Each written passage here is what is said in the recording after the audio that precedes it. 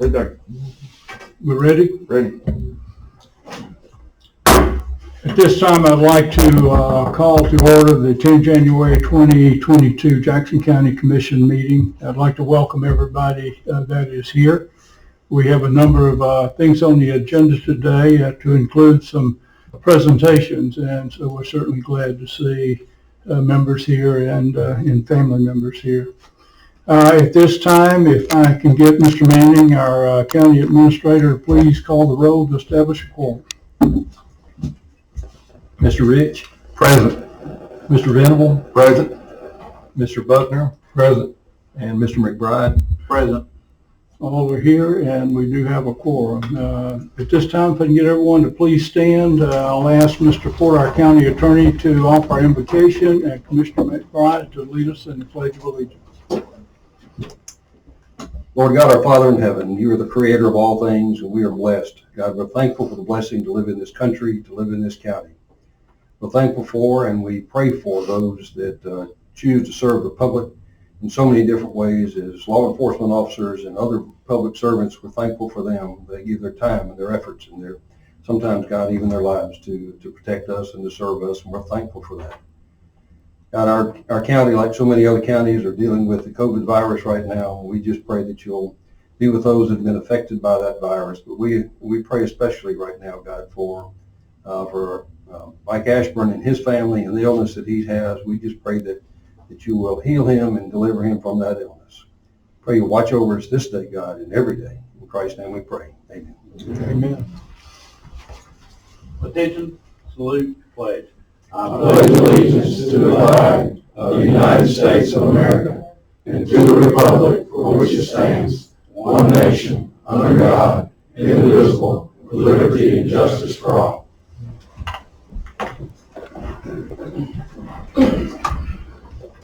At this time, we will review and approve the agenda. We do have some additions and deletions for our agenda today. First, we have an addition of resolution, our first resolution of the year, Resolution 2201, recognizing the week of February the 7th through the 13th, 2022 as Burn Awareness Week for the Shriners Hospital for Children. We do have a deletion with agenda in our work session, and that is on the Highlands Hospital Board discussions. Those will be deferred to a later meeting. And also, we did want to add to our agenda today in our work session some time for some discussions on planned work on the Captain John Snodgrass Bridge on State Road 117. So we thank all that are here today for those discussions. But we also have a great opportunity with this meeting with some awards and presentations that are being made by the Sheriff's Office and our county jail. And at this time, if I could, to get our sheriff and county jail first. Okay.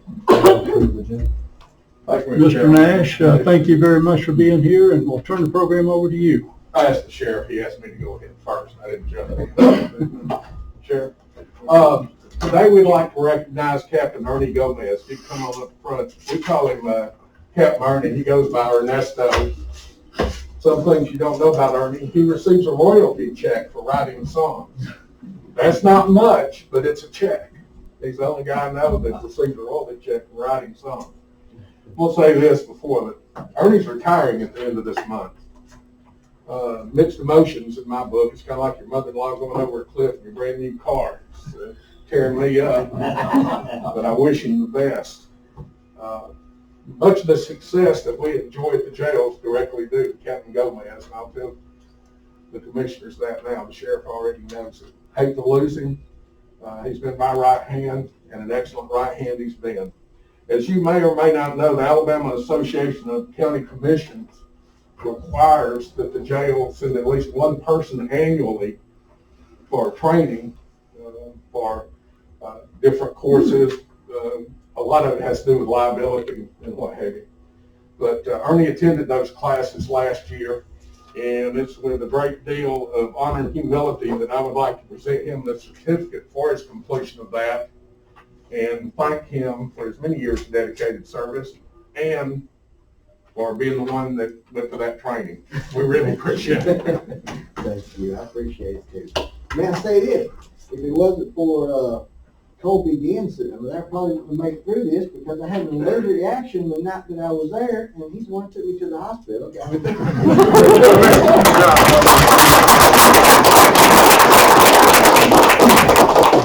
If I may, I'm gonna ask if the commissioners would mind stepping down so that we're not in the Sure. background of the pictures. We can either get out of the way or whatever. So. Danny, you come back here and stand by me. Guys, Yeah, absolutely. Oh.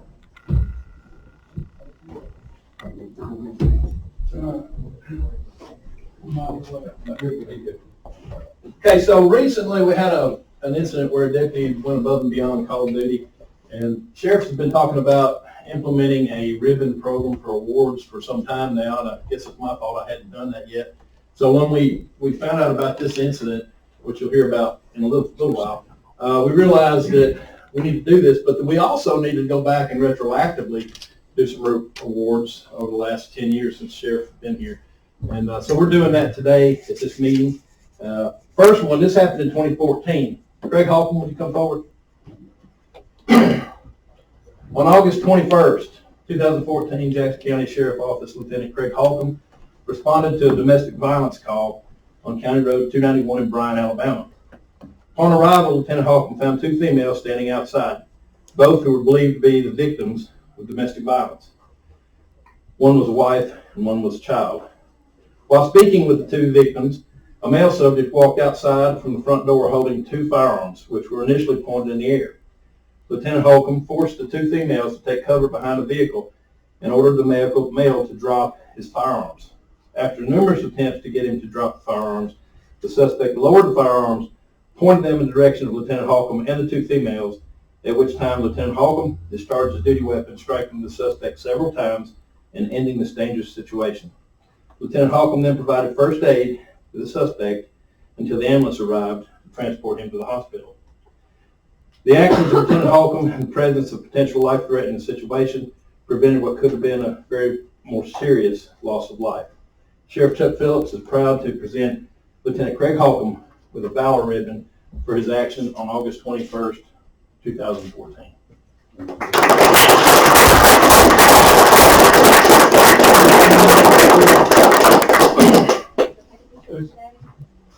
Sheriff, if you hold up, could we? Sure. Yes. Great, y'all come on up here.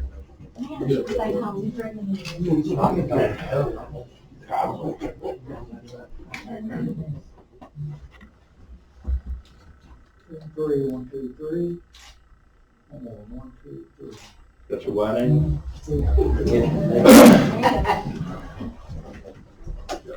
Barry Munza.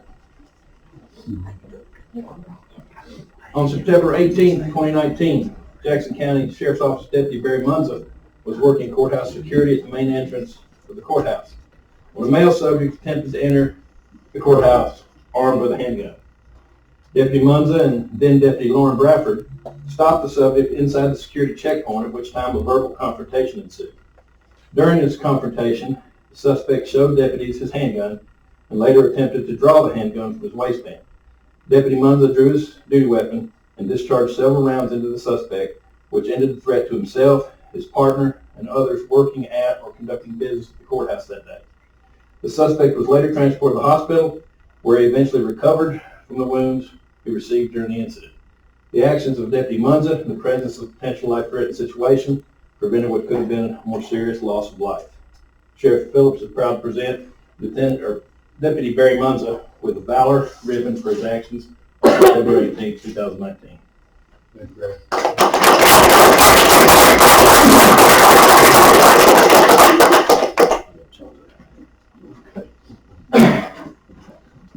Deputy Brandon Phillips. I'd also ask for Mr. Johnson to come up here.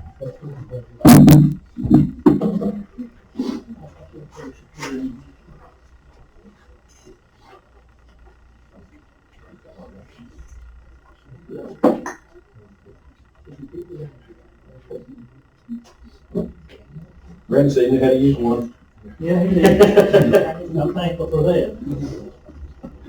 On November 8th, 2021, while conducting a traffic stop in the area of Kentucky Avenue in Stevenson, Alabama, Deputy Brandon Phillips and Stevenson Police Officer Richard Jackson were approached by a male subject, later identified as Ricky Johnson, who advised he was having a heart attack. Officer Jackson asked Deputy Phillips if he had his AED, which Deputy Phillips retrieved from his patrol vehicle. Mr. Johnson then became unresponsive and was not breathing, after which Deputy Phillips, along with Officer Jackson, began CPR. Deputy Phillips then utilized his training to administer a series of shocks to Mr. Johnson, which revived him. At the time when the ambulance transported Mr. Johnson to the hospital, Mr. Johnson was sitting up and talking. Due to the efforts of Deputy Phillips and Officer Jackson, Mr. Johnson made a full recovery, is alive today, and standing here with us today. Sheriff Chuck Phillips is proud to present Deputy Brandon Phillips with a life-saving ribbon for his actions on November 8th, 2021.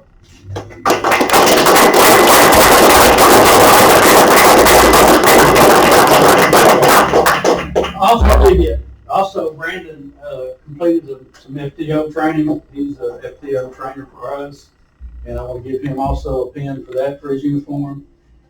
And how long have you been there? 2 years.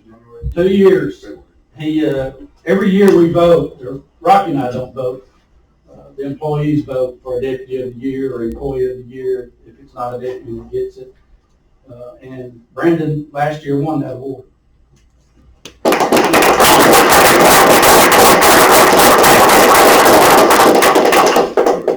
It's still not clear which one of them got me on my head, though.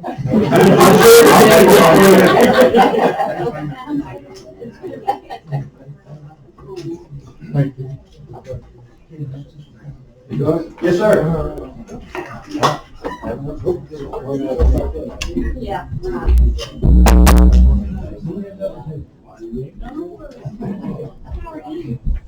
Hey, Brandon. Hey, Brandon.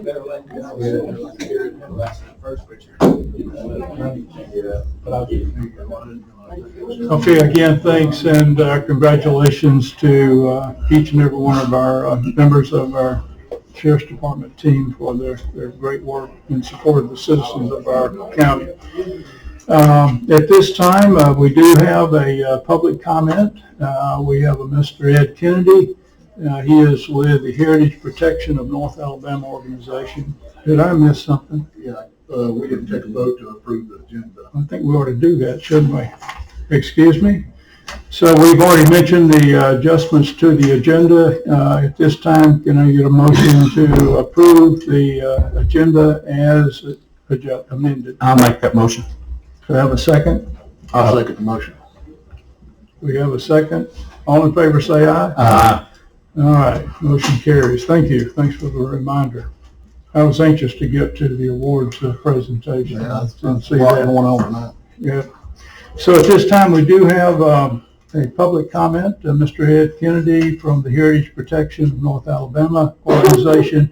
So, Mr. Kennedy, if you will come forward, we do have a microphone. When you get there, I'm going to ask you a couple of questions. It's just for the record. If you would please state your name, sir, Yes, sir. My name's Ed Kennedy, and the organization that you are representing. Heritage Protection of North Alabama. And are you representing the organization or Yes, sir. yourself? Yes, sir. Okay, thank you very much. At this time, we'll give you 5 minutes for your presentation. Thank you. Buckle your seatbelt. I'm going to talk fast. All right. Good afternoon. My name is Lieutenant Colonel Ed Kennedy. I'm a retired Army infantry officer. I live in New Market in Madison County.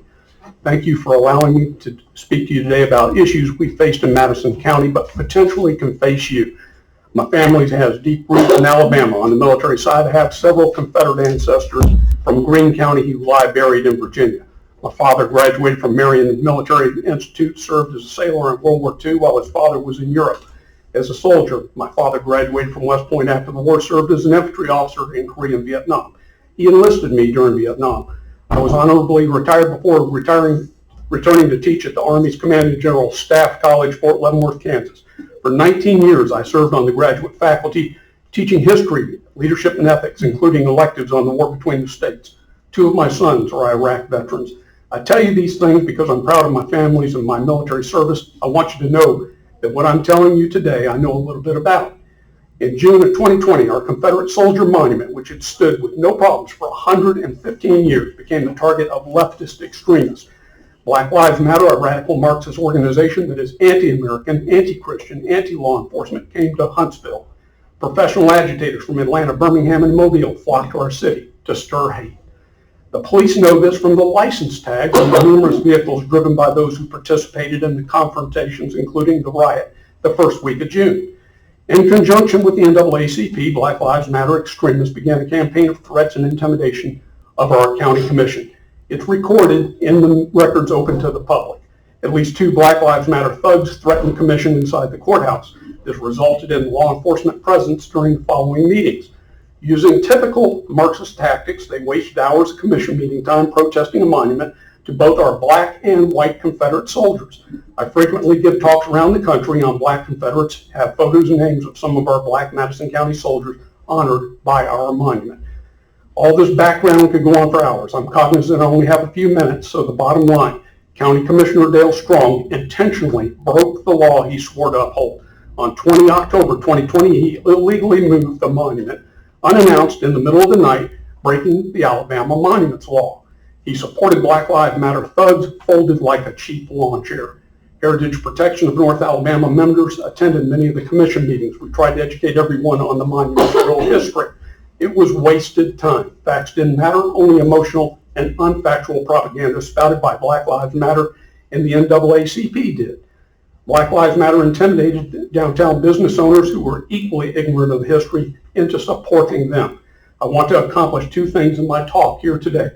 First, I want to tell you that Black Lives Matter has a huge war chest of ill-gotten money. They extorted millions to do what they're doing in Huntsville. Be prepared.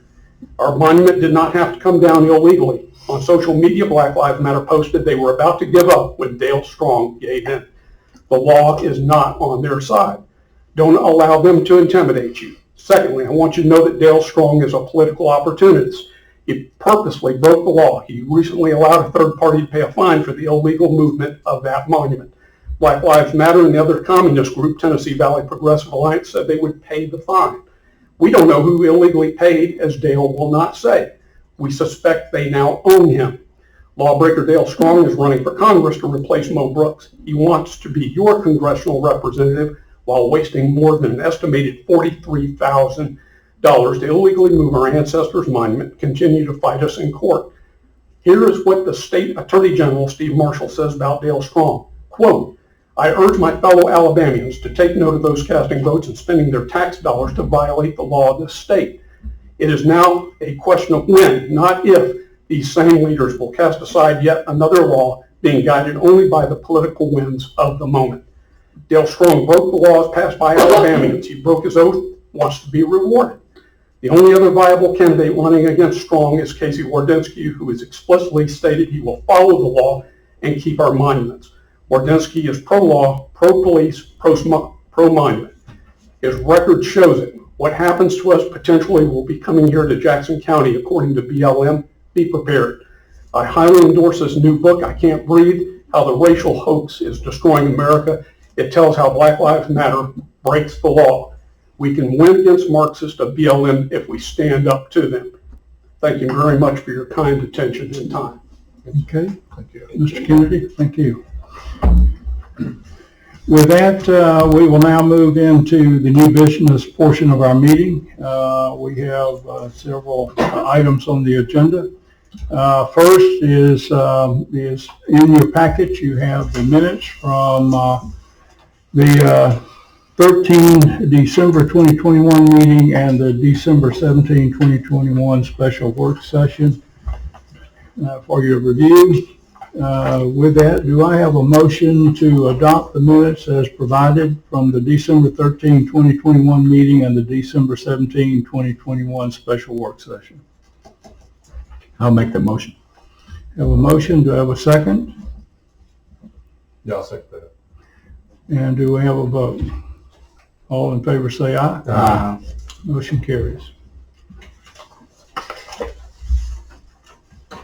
Next, in the packet, we have completed some hiring committee reviews, and we have several recommendations to approve today.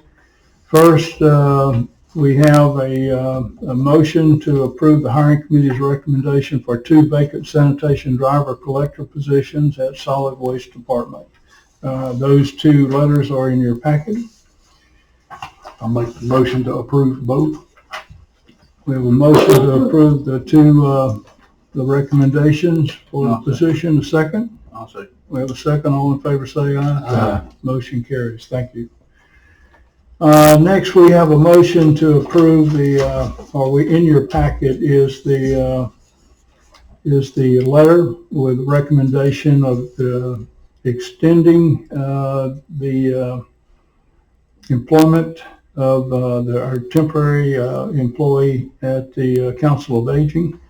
Do I have a motion to approve extending Jane Guerin's temporary employment for 6 months at the Council of Aging per the attached letter? I'll make that motion. We have a motion. Do I have a second? Second.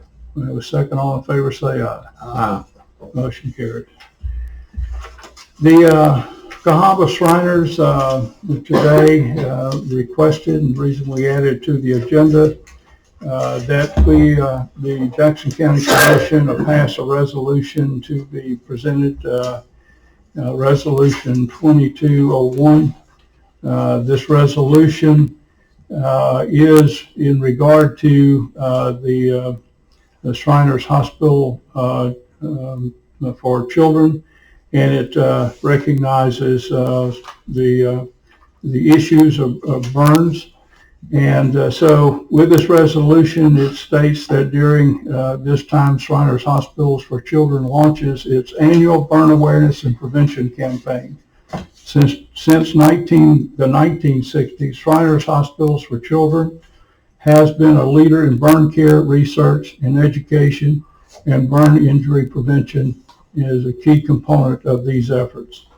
With this resolution, that the Jackson County Commission would resolve that hereby we recognize the week of February the 7th through the 13th, 2022 as Burn Awareness Week for Shriners Hospitals for Children. Do I have a motion to approve Resolution 2201, recognizing the week of February 7th through the 13th, 2022 as Burn Awareness Week for Shriners Hospitals for Children? I'll happily make that motion. And I'll second it. We have a motion and we have a second. All in favor say aye. Aye. Motion carries unanimously. Thank you very much. At this time, we will move into the work session portion of our agenda. We have several topics to discuss in the work session, but the first is discussion of planned work by the state on the Captain John Snodgrass Bridge on State Road 117. Regarding this, I received a call last week, last Friday, from the Department of Transportation representative, and stating that they were in the process of getting ready to do repair work on the Snodgrass Bridge on State Road 117. At that time, he stated that they were seeking our view on a couple of options. There were 2 options that were presented. One option was to close the bridge and get the work done. If they were to close the bridge, they believe they could get the work done in about a 6-month period of time. But that would be a complete closure. The second option presented was that rather than closing the bridge, they would keep one lane open of the bridge and control traffic with red lights on each end of the bridge. With that, it would be a 1 lane of traffic, and the expected time or duration to complete the work on the bridge in that option would be nearly 240 days, approaching 2 years to do that work. Today, we have, as commissioners, had a number of individual discussions with other people. I have had discussions with our delegation. Also had discussions with Mayor Ricky Steele, and then today I met with Mr. Vincent, who is the Department of Transportation representative, and at the bridge. A couple of just points of note regarding that discussion. First of all, I would say that all of us are of the opinion that we cannot afford to close that road or that bridge for many reasons. One is the safety and well-being of the citizens that are in or near the bridge, particularly on the other side of the bridge from Highway 72. Or whether it be emergency services, whether it's ambulance response or police response or fire response to incidents that would occur on that side of the bridge.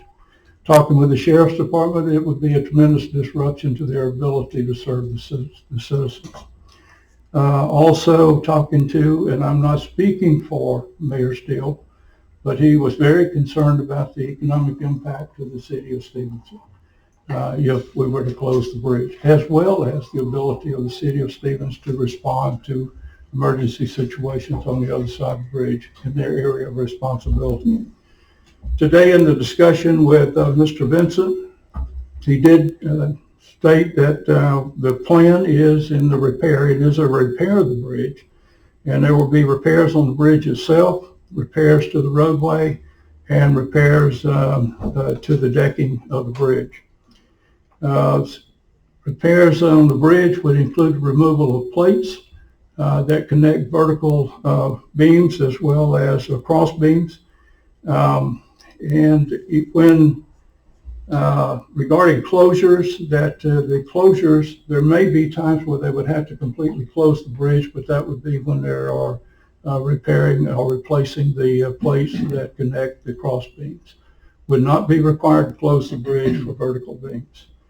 They also plan to sandblast and paint the bridge, and during that process they would have a containment system in place to catch any debris from that. As I said, they would plan to have signals on each end of the bridge.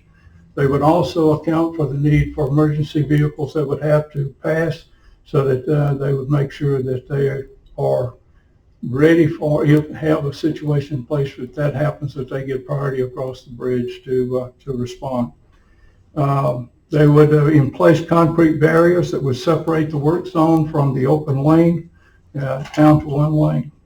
They have recently completed the same kind of operation or repair at the Tuscumbia Bridge, the O'Neill Bridge in Tuscumbia, and that did take them nearly 2 years. And they did keep the bridge open when they conducted that repair.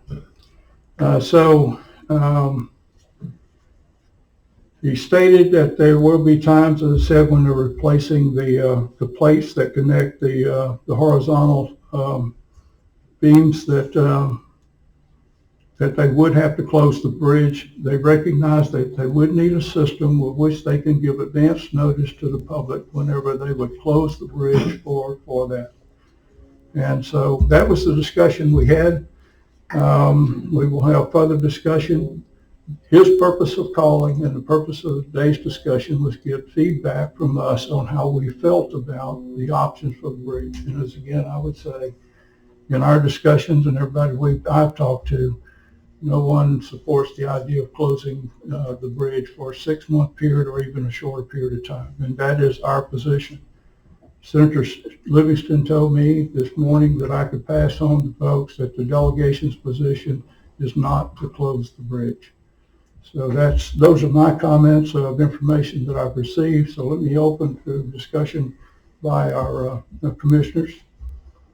I would like to inject that if closing does have to happen for temporary measures, that they would take into consideration the off hours of heavy work traffic, because there's times when people are flowing in and out, and so hopefully those would not be blocked off. I'm sure that there's times after certain hours that would be more acceptable for it to be closed. So if we could limit their ability to close during high traffic times, that would be a great asset to the people, because otherwise, we need to know that people can flow regularly to work and home without fear of it being closed. And if it is closed, is there any option besides coming down to BB Comer or going up to New Hope? I mean, and so there's going to have to be some advanced signage to let people know as quickly as possible you're going to have to detour your route, because it is a great change on that. I'd like to reiterate something you made pretty clear, Mr. Chairman. This is the state route, Yes. state funds, state decision. The county doesn't have any ability in changing the state's decisions. We're making those recommendations, and we hope that that's the way that it takes course, but we have no authority over what happens on state routes. That's exactly true, and it's not county funds that are going into this bridge, it's state funds that's going into that. I absolutely agree with Commissioner Venable on that. One thing I would say, at least they did notify us and ask us what our thoughts were on that. And also too, I found out there's gonna be structural damage repairs. And sometimes it may be shut down for 3 or 4 hours at a time, maybe 2 hours. I hope not that long. I mean, but there will be times that it'll be shut down because when the beams are moved, you can't, nobody can travel on it. So we're gonna have to make sure if we get a work schedule of when all that's gonna be and notify everybody on that side and our side we just need to work with Mr. Curtis. They were kind enough to ask for input. Right. With all of us. So. One I forgot to mention, if I could, in the discussion had today, he made the comment that when it was closed, when they had to close it, they would make provision that if there was an emergency situation that had to get vehicles across the bridge, they would accommodate getting people across the bridge during that. The concern, and I'm just expressing what he passed today, is that and our county engineer may be better able to explain this than me, and I don't want to say him on the spot, but when they're removing the horizontal beams, those are they're concerned about the vibration on the bridge and the ability to control those. And so they would take that into account, but allow the emergency vehicles to pass if they had to. And also I'm sorry. Also too, I like whenever we talk in our meeting, whenever more in depth, we need to see about getting a fire truck stationed closer down to the foot of the mountain on Riverside, maybe at Shelby Cars or somewhere. Would that be a problem? Shouldn't be a problem. Depends on what season it is. It Right. has to be in a heated garage. Right, yeah. And, so maybe, I was talking with even Tommy Haynes over the weekend several times, maybe staging the ambulance closer to that area. I mean, we've got 3, I believe, out at Bryant. That's something we'll just have to work out with everybody, but definitely it's going to be a hardship it's not going to be easy. It's going to be a hardship on a lot of folks, but we're just going to have to everybody work together and get through this. It's a whole lot better than just shutting it down. But we don't have the option if something comes up in the structural, part of it, so they find something different. It's their decision, not the county commissions. But we as a county need to work together and hope for the best, but prepare for the worst. Okay. Any other comments? I would say I think it's important, given the age of the bridge, that if we have a chance to repair the bridge and to sandblast it and paint it, that's in the benefit to the county. And again, I appreciate the fact that they did call and ask. He did admit it was a little late when I talked to him because they were already staging materials there, but they have not made the decision yet, and they are listening to us before they make the decision. So, Can I ask a question? Yes. yes. So I've seen sometimes in the past how if there were closings that you could contact like a radio station or an AM, FM kind of thing where you could find out updates on it. Right. And I've never really paid attention. Is that something that we would have access to? Because if I came all the way in I come down from Mount Eagle to get to my home, which is on the other side of 117. So, it'd be nice to know some of those updates, to know the status before I left work, because it would determine which way I would go. So that's why I was wondering. Normally, those little transmitters just work like a couple of miles from the area that the construction is in, but we can check and see if anything else is available. They should notify us a couple of weeks in advance with a schedule of it. Maybe we could talk to them about setting up a call line where you can call and have a pre-recorded message. Right. Says it'll be, potentially closed between this hour and this hour, but again, those will be state decisions and we can make those requests, but. Yeah. And I will say that in the discussions today, he said they will get their public relations folks in here to talk to us about suggestions on how to keep the public informed of what's going on. So I think there's some good questions there and good ideas there. And we'll have a chance to talk to them and make recommendations. If anybody would come up with some questions, just write them down, get them to me, and I'll forward them on, and that way we can discuss them all. Miss McCoy? I have one for this is county, County Road 91. I haven't been up recently. The last time they closed the bridge and I would go that way, it was some really bad places, and I haven't driven lately. Has it been improved at all? See, Mr. Engineer? Patching would be no resurfacing. Yeah, I can understand. Yeah. Can we see that all patching is done? Yes, ma'am. Yes, ma'am. For the days that we have to travel that way. It's one spooky route late at night. And also, too, it was brought to my attention last night that there's heavy trucks that's traveling 91. Yeah. Rock, log trucks and everything. I don't know about that bridge. In fact, one person said they're not even sure who all the people traveling it are. Yeah. On Facebook posted last night, and Right. that bridge, somebody needs to check the weight of that bridge. Right. Is that? Danny, I know you're trying to get some other questions together and so on, but one of the questions I had was, has DOT done enough analysis to say what the average weight would be if when they go down to like a single lane? You know? I have no idea. And 91 is what you're saying? No, on 117. 117 Oh, bridge. sorry. Yeah. Well, I do know for a fact on the DOT that there is being extensive planning ahead of time. Yeah. So I guess that'd be a question. Right, that would be something we'll have to ask, and also too, Jonathan, I was told anywhere from 12 to 1,800 cars a day on that bridge. Would you happen to know if that would be close? Or you're talking, Traffic count going across 117 their bridge? data is actually available online. I think it's more in the 3,200 range. Really? And you can actually backtrack the counters from each direction and kind of get an idea of it. What year was the bridge built? Opened in 58. 58. Okay. That's way before I was a born. little kid the last time it was painted, so. I wonder if it was, yeah, okay, 58. I went over the ferry boat to school. Right. When I was I'm sorry, go ahead, sir. so we rode the ferry boat to school before the bridge was built, and while it was being built. And I remember walking across that bridge on walkboards when the ferry get away. You know, I remember that once in a while.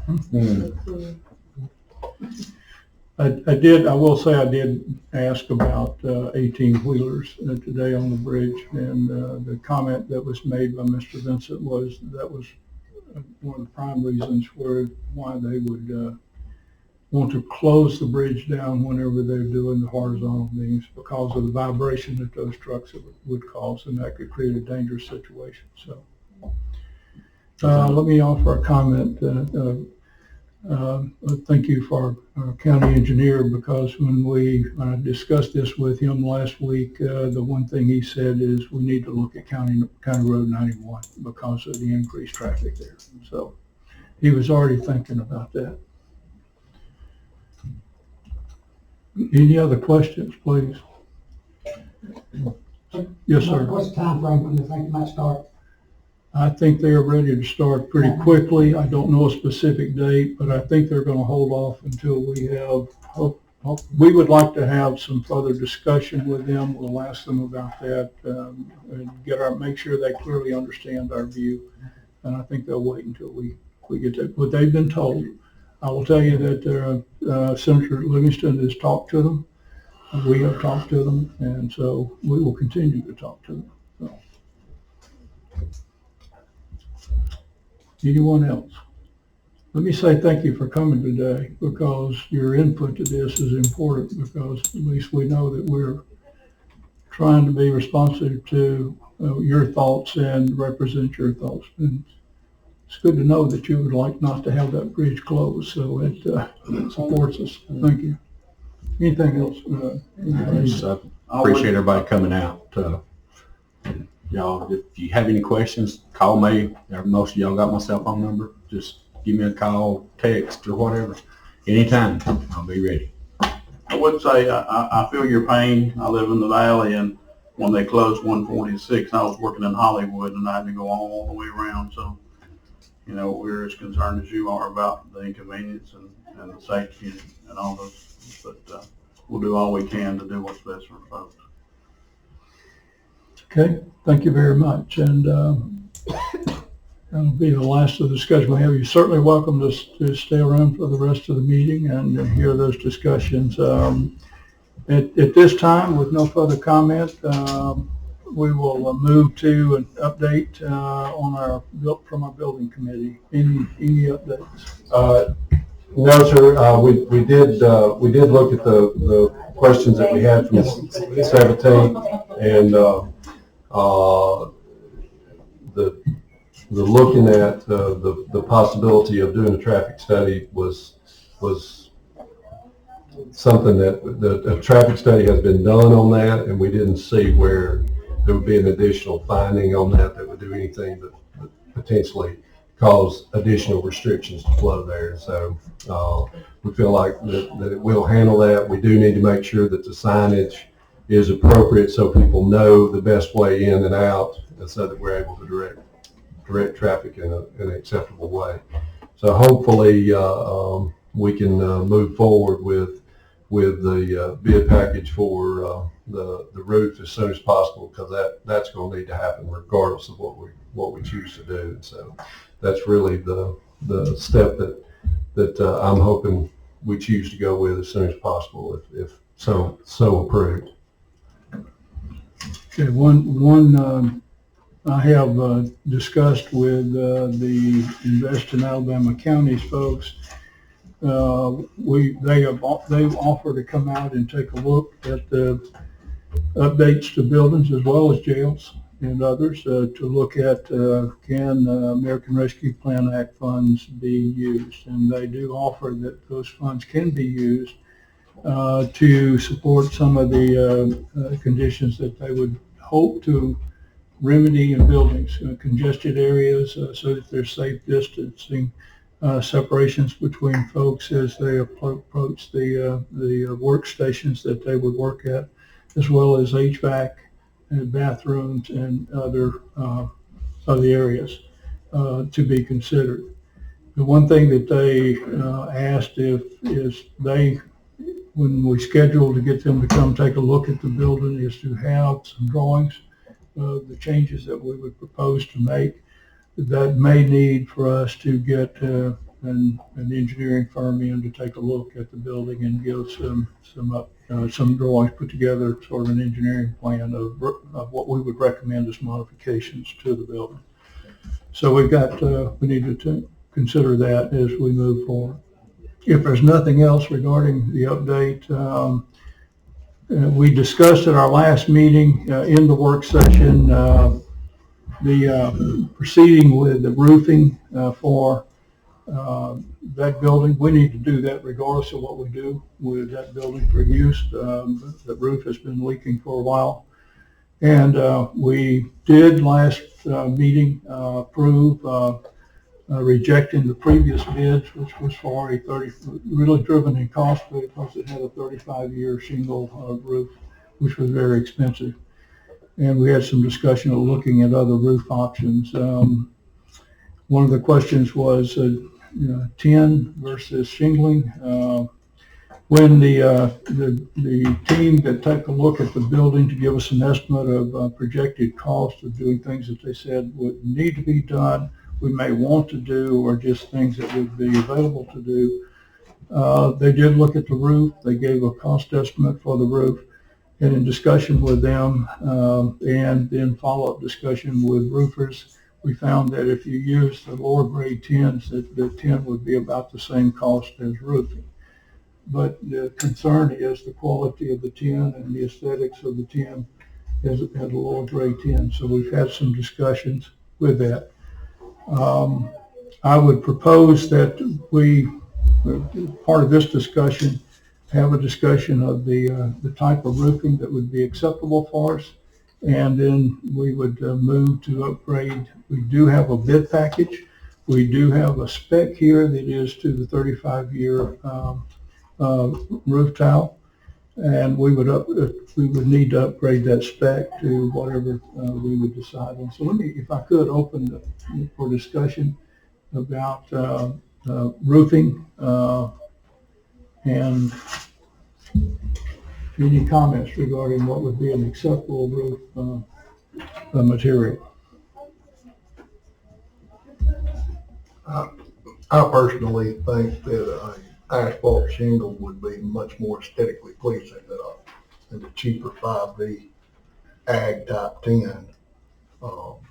That's my personal preference, but I'm afraid of the age of that building, and putting ag tin on that is not going to make it nearly as attractive a building as a new shingle roof would. I agree with that. Okay. Any thoughts on, I know last time we had 35-year, the spec, had a very specific spec. It was enhanced polymer. Am I reading fiberglass reinforced core 4? I'm trying to read a spec here, folks, so excuse me. TM enforced polymer technology shingle. So if we looked at a 30-year shingle, That's typically what a house is. I mean, on your residential, it's your 30-year shingle anyway. Okay. I mean, there'll be a 3-dimensional shingle house. Similar to what's on it. Okay, yeah, aesthetic. Right. So we will look at that. The spec package, I've read through it. I think our director of maintenance has read through it. It's a very adequate spec. It also has very specific detail about the steps taken in this process. And I think it is still a very good spec package and bid package to put on the street with a modification of the kind of shingle that we would need. So I would, given that we need to move on this is, I think, fairly soon, because we need to get a new roof on that, we could consider tonight setting aside the rules and updating the spec package with this shingle that we talked about, and then releasing the bid package for bid. Would I have a motion to set aside the rules? To consider the approving the update of the Liberty Lane building roof package and bid package. Do I have a motion? Yeah, I'll make a motion that we set aside the rules so that we can approve the bid package for the roof for Liberty Lane. Do I have a second? I'll second the motion. Okay, we have a second. All in favor say aye. Aye. Motion carries. Do I have a motion to approve updating the bid spec? I'll make that motion. Okay, I'll second. and we have a second. All in favor say aye. Aye. And with that motion, that also considers the releasing of the bid. Yes. Okay, thank you very much. Next, we have talked in several meetings about amending our sick leave donation policy. In your packet is a proposed amendment to the sick leave donation policy. This proposed amendment reads, Employees may donate sick leave days to another county employee who is suffering from a health condition which prevents the employee from performing the essential functions of their job. The requesting employee will be required to provide a written letter from their physician verifying the health condition. The request must be approved by the affected department head and verified by the commission chairman and the personnel director. We had several questions at the last meeting. One was regarding leave. How much leave do we want to have individuals donating sick leave to retain a certain level of leave on the books? The comment regarding that, or at least this policy, this proposed amendment to the policy makes no changes regarding that to our existing sick leave donation policy. It does not provide, nor does the existing or the current policy provide any restrictions regarding what must be retained or how much you can donate. One comment I would make, we have individuals today that we're donating sick leave to. If we were to start placing restrictions, I believe, on donation policy, we may have less ability to donate sick leave to take care of those individuals. So I would propose that we not put any additional restrictions on that and keep our policy in that regard the same as the existing sick leave donation policy. One of the questions that came up was particularly in regard to pregnancy. Would it also apply to the spouse? This policy says it is only for the suffering individual, so it would not apply to the spouse to be able to request donated sick leave. Another question came up was, could it be used, or should it be used, or should we, I don't want to say, no one asked should we prohibit, but just to cover all topics, probationary employees in the probationary period from being able to request donated sick leave. Our current policy does not prohibit employees that are in probationary period from requesting sick leave. There's always a concern about abuse of policy, and we would need to watch that. In this policy, it places the responsibility, and I'll state it that way, on the department head to ensure that this is not a case of an individual that is abusing our sick leave policy. Also, that would need to be considered by the HR director as well as the commission chairman in the approval process of that. And those individuals would be responsible for denying. Another thought is that the donating individuals, I would suspect, are aware of who's asking for the donation and the condition of the donation, and they would have their own view of whether or not that is warranted, not warranted, or is an abuse of the policy. And they would make the decision of whether or not they're willing to donate. This policy, like our existing policy, requires that the individual provide a written statement from their doctor stating the condition and that it does prohibit or preclude them from performing the essential functions of their job. And so with that, this is a proposed amendment to our sick leave donation policy. I just open for continued discussion regarding this. Any comment? And I'm not trying to muddy the water here, but if we consider maybe looking at a sick leave bank, where employees put in, let's say, 5 days per year, and that would qualify them to participate in borrowing sick leave from the bank, and possibly even if they were out for an extended time period, asking others to donate to them. So that's kind of what they do with the school system. Jackson County, it works out really well.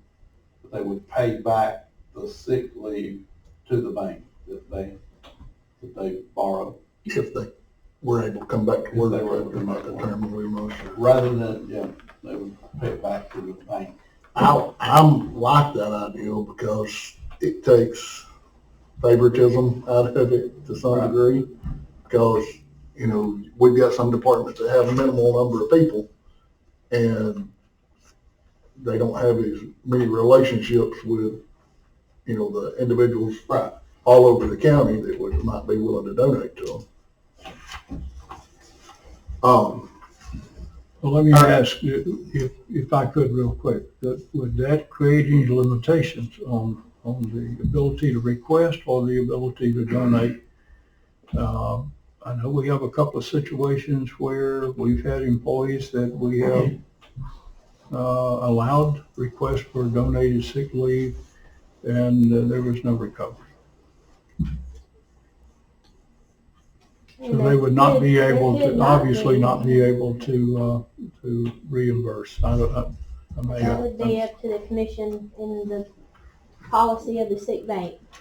Whether or not to replenish the, but you also have a lot of people that come to work for us that would join the sick bank, that would donate time, and then they may not stay during a turnover, they may not stay long enough, and that they would leave those hours in the sick bank. So I don't know if that would be a gain or a loss over time. Okay. Our current personnel policy is long-term chronic illness, and that's served us pretty well. The reason that this has came to such a discussion is over, you know, a pregnancy and now a maternity, postnatal care. I would propose that the commission start offering a 40-hour per employee or a 40-hour per new parent leave. I mean, I'd asked Tiffany, you weren't in there, but we have around 3 to 5 employees a year. The guys, they use their sick time or PTO to take off when they have. So she said there's normally, best she remembered, 3 to 5. So if you went on the high side of that, 5 employees a year at 40 hours at an average cost of $16 an hour would only be a cost of about $3,200 a year to the county commission. Any comment? If we done that and done new parents, I mean, if you have an adoption, you adopt an infant, I mean, It's both parents. it's both parents, you know, and if both parents work at the county, you know, both parents would have the opportunity to take off with that pay. So is the suggestion that it's a 40-hour, I may not understand this quite well. Is this a suggestion of 40 hours versus the opportunity to request donated sick leave for extended periods? Yeah, I would like to see us leave our current leave policy for a longer discussion, maybe talk about what Mr. Blackbride had brought up, and do a 40-hour per new parent maternity or new parent leave. I wouldn't mind if you could take the sick leave, the maternity leave along with vacation time, or you could work and receive it. That way, if, you know, a dad worked here and his wife worked somewhere else and she was off work to have the child, and she wasn't getting paid, he could work and draw his paycheck plus a maternity leave to help the household fill the gap. So the 40-hour would be paid leave. Yes, paid leave. Beyond the 40 hours, would we then allow for, in some cases, there could be extended periods of time, would we allow the request for donated sick leave? But one comment I will make. This is not a unique case of maternity requesting donated sick leave. That has been used in the past under existing policy? Well, the policy says current long-time illness, and pregnancy is neither an illness or long-term. I don't know what commissions have voted in the past, but I don't interpret our I'm handbooks. just suggesting that it has been used in the past. Our current policy has allowed for maternity, someone in maternity. There's been a lot of things done in the past by some commissions that I would not be caught doing. This proposed amendment, I really like for multiple reasons. One, I think there's a check that guards against abuse because it has to be approved by the department head and by the commission and personnel. But also, this is something that the employees can participate and help a person in need when in need. And so I don't see where this is anything that's going to have a budgetary issue, consideration of any kind for us to do anything other than say, yes, when needed, employees can support employees. So I don't see why there would be any holdback on changing to or allowing this proposed amendment.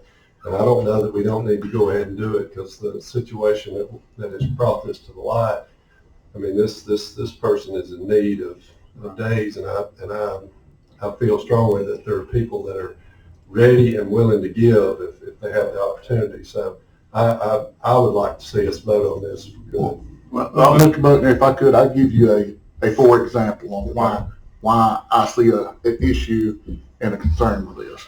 Say you've got, like me, I have chronic bronchitis. Every spring, I'm going to get a sinus infection. Say you have a department head that has allowed for similar type illnesses for 2 or 3 employees that are really good employees and they want to keep them. Say you've got somebody that's not a great employee, have not managed their time well, have got off every time they got an hour. They come to the department head requesting the same thing. The department head can't refuse them because he's done it 3 other times. So you kind of have to tie the department head's hands on being able to get rid of problem employees that are not personally responsible. But I'm not required to give you days. But I'm choosing to give you days. But even though if they are not a good employee, they may be a good old boy. Everybody likes them. Everybody may be willing to donate to them. I mean, I don't think you're ever going to make a policy that prohibits people from being good people, but nobody is required to give a day. Nobody. This is something that I, as an employee, can choose to give my days. For what? For what illness? If it is deemed by the physician that this person cannot come to work, I don't, Jason, we can't define. What kind of personal responsibility sick leave is for sickness. I mean, if you're going to take sick leave, build your sick leave. I mean, don't take every hour every time you get a chance. I mean, that comes down to personal responsibility. Well, but you're going to take a sick day for it. What I'm going to take a sick day for is 2 different things. Correct? Yeah, a lot of people take them and go fishing. Let me offer. First of all, I don't think we are ever going to find ourselves in the ability to really understand what an individual rationale is, whether they're abusing or not. We're going to have to leave that to the discretion of the department head, who will know the condition, who will know whether the person's whether they've abused it in the past or not. They have the discretion to say, yes, I will approve this, and we will submit it. I do like the idea of the 40 hours. I think that is a very fair idea and a good one. I do not think it takes care of individuals who are in long-term care, and we have one individual in our county right now, a great employee, worked diligently for years. He is now suffering from, yes, a long-term illness, a chronic illness. And if we did not have the ability to continue to donate sick leave for that individual, he would not be able to collect sick leave right now and be paid. But we have that under the current policy. But the only reason I brought up sick bank is you would not rely on others. Let's say there's an example where there's a person that may be not so popular and they need days. Well, you might find it easier to borrow, that person may find it easier to borrow from the sick bank than from people who like them or can sympathize with their situation. Because I know I've seen situations like Jason said. I knew a lady who, well, she took a lot of days that she shouldn't have, let's just say that. And then something came up and she got sick and nobody would donate her days. They wouldn't donate her days. They said, I saw you going to this place. Well, with this policy, you can borrow from the sick bank and not from individuals because, you know, if people feel like you're abusing your time, they're reluctant to donate time to you. With a bank, then you can borrow from the bank and pay it back. What if they don't pay it back, Kevin? What's the process of that? I mean, it's kind of like insurance. I mean, you're going to have to look at a numbers thing. I mean, if everybody that wants to participate, if everybody participated, you're not going to have 100% participation, but the more people who participate will allow for more hours, more days to be put in there so that you might offset those that don't pay back. That makes sense. Sick bank would still need to be controlled and managed by the department head to allow them. I don't have an issue with sick bank, but it would have to be controlled that way. It would still have the same concerns of individuals who would be abusing that. So it's going to still be the department head that makes a decision whether to approve and send forward. I'm a little concerned about the idea of the good old boy stuff.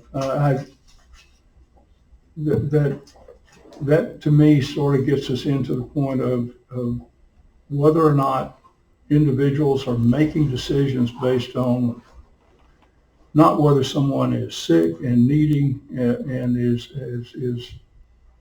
a condition that is applicable to what is here. This condition says a health condition which prevents the employee from performing the essential functions of their job to be stated by the doctor in a doctor's statement that has to come in. My one other thought.